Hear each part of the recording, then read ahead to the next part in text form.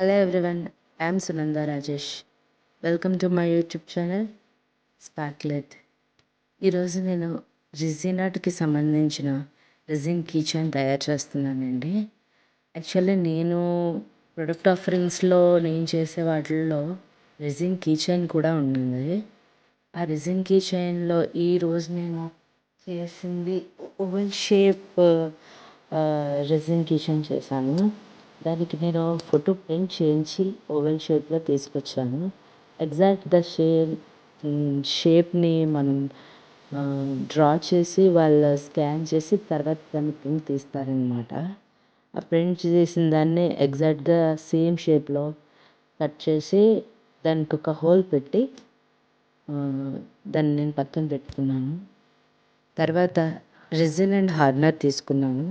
అది నేను resin 3 and hardener 1 అంటే 3:1 రేషియోలో తీసుకున్నాను.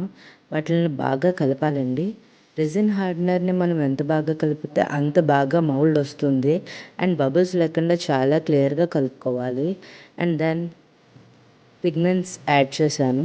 ఇక్కడ నేను కొన్న కిట్లో నాకు పిగ్మెంట్స్ ఇచ్చారు. దాంట్లో గోల్డ్ అండ్ గ్లిటర్స్ ఇచ్చారు. గోల్డ్ గ్లిటరింగ్ పిగ్మెంట్స్ని అండ్ గోల్డ్ కలర్ గ్లిటర్ని యాడ్ చేశాను.